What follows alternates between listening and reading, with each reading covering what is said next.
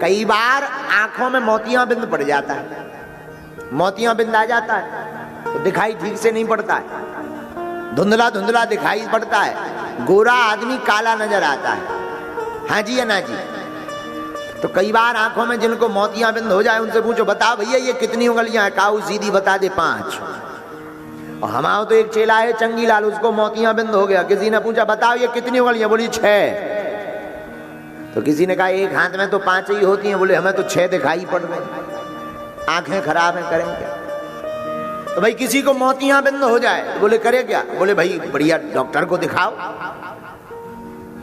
हमारे आपके भी 2 आंखें हैं, 2 बाहर की 2 अंदर की, ज्ञान वैराग नयन उर्गारी।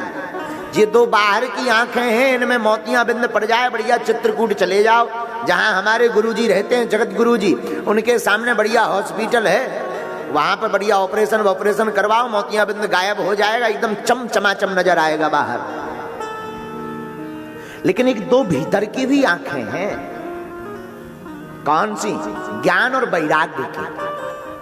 बोले इनमें भी कोई दिक्कत होती है? बोले इनमें भी मोतियां बिंद पड़ जाता है, राग और द्वेष का। ज्ञान होता है तो द्वेष आ जाता है, वैराग होता है तो राग आ जाता है। तो बोले इससे मुक्त होना हो तो कैसे बचा जाए? बोले भैया अंदर की आंखों का अगर मोतियां बिंद साफ करना है तो अपने गुरुदेव भगवान की चरण रज को लगाकर मस्तक से धारण कर लीजिए, गुरु चरणों में नित्य डले रहिए तो दोनों नेत्र आपके साफ हो जाएंगे। तो श्री गुरु चरण सरोज रज, गुरुदेव भगवान की रज आंखों का अंजन। अच्छा देखिए कितनी अच्छी बात है, गुरुदेव भगवान की चरण रज अगर आंखों का अंजन है तो हनुमान जी अंजनानंदनम वीरम जानकी शोकनाशनम। गुरु के चरणों की रज अगर आंखों का अंजन है तो हनुमान जी अंजनानंदन है। और कितनी अच्छी बात बन रही है, देखो नई बात हमें याद आ गई। अगर गुरुदेव भगवान की चरण रज आंखों का अंजन है, हनुमान जी अंजनानंदन है, तो एक हनुमान जी का नाम कष्ट भंजन भी है। मानो हम आपसे ये कहना चाहते हो, जो अपने गुरु के चरणों की रज को नित्य मस्तक पर धारण करके जीवन की शुरुआत करता है तो वो रज बन जाती है अंजन। पर हनुमान जी अपना हाथ उस भक्त के ऊपर रख देते हैं तो हनुमान जी हो जाते हैं कष्ट भंजन। आहा हा, इसलिए गोस्वामी जी लिख रहे श्री गुरु चरण सरोज रज।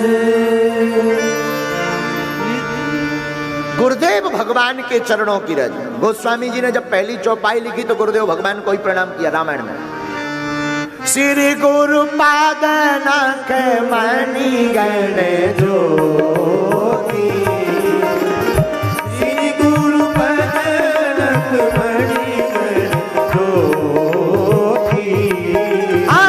सुमिरन देव श्रेष्ठ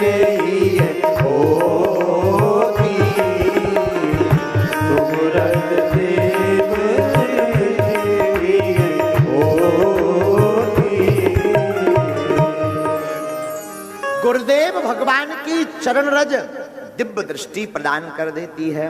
और 5 दिन तक हम कोशिश करेंगे कि हनुमान चालीसा के बहुत कुछ अंशों पर प्रकाश हो जाए। तो गुरुदेव भगवान की वंदना सबसे पहले हनुमान जी को गुरु रूप में गोस्वामी जी देखते हैं, इसलिए गुरुदेव भगवान की चरण रज को मस्तक पर लगाते, फिर कहते निज मन मुकुर सुधार। निज मन, अपना मन, अपने मन को सुधारने के लिए देखो भाई ये भी बहुत अच्छी नई बात है।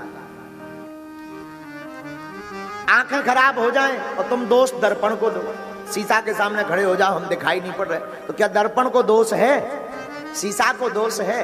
अरे दिखाई तुम्हें नहीं पड़ रहा है, तुम्हारी आंखों का दोष है।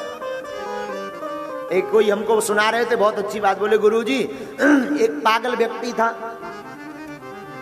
वो जिंदगी भर अपना चेहरा साफ करता रहा क्योंकि उसे लगे कि हमारे चेहरे पर बहुत बड़ी सी पपड़ी छपी हुई। लेकिन जब 10-12 साल बीत गए तो पत्नी रोज पूछेगा तुम इतना बाथरूम में इतनी देर तक क्या करते? बोले क्या बताएं, 8-10 साल हो गए आज तक ये पपड़ी नहीं मिटी। उसे लगता था पपड़ी है ये। अब पहले के जमाने में शीशा भी कम होते थे। पत्नी ने कहा हमें तो चेहरे पर कहीं पपड़ी नहीं दिखाई पड़ रही। बोले चलो शीशा में दिखाते। जब अंदर गए तो चेहरे पर तो कोई पपड़ी नहीं थी, कोई परत नहीं थी, लेकिन शीशा में जब गौर से देखा तो शीशा के ऊपर जरूर परत लगी थी।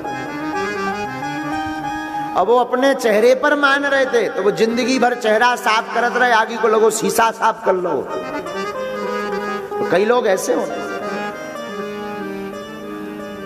तो गोस्वामी जी कहते हैं निजमन मुकुर सुधार, अपने गुरुदेव की चरण रज को लेकर अपने मन को दर्पण बनाकर और ज्ञान वैराग्य राग और द्वेष से दूर होकर के अपने आईने को, अपने मुख को साफ करके भगवान के सन्मुख जो जाता है वो राम जी को, हनुमान जी को पा जाता है। बरनौ रघुबर बिमल जस। इसके बाद गोस्वामी जी फिर रघुनाथ जी के विमल यश को प्रणाम करते। बरनौ रघुबर विमल यश जो दायक फल चाह। फिर तो कहते हैं भैया जो रघुनाथ जी के विमल यश को गाता है वो 4 फलों को पाता है। लेकिन भरत जी इससे थोड़ा विपरीत है। भरत जी की भक्ति पढ़िएगा तो भरत जी कहते हैं अर्थ न धर्म न काम रुचि गति न चहु निर्वाण जन्म जन्म रति राम पद यह वरदान। भरत जी कहते हैं हमें तो ना अर्थ चाहिए, ना धर्म चाहिए, ना काम चाहिए, ना मोक्ष चाहिए। गोस्वामी जी क्या कहते हैं? बरनौ रघुबर बिमल जसु जो दायक फल चाह। जो हनुमान चालीसा का पाठ निरंतर करता है। अरे गोस्वामी जी ने अंत में फलाश्रुति में तो बड़ी बात लिख दी,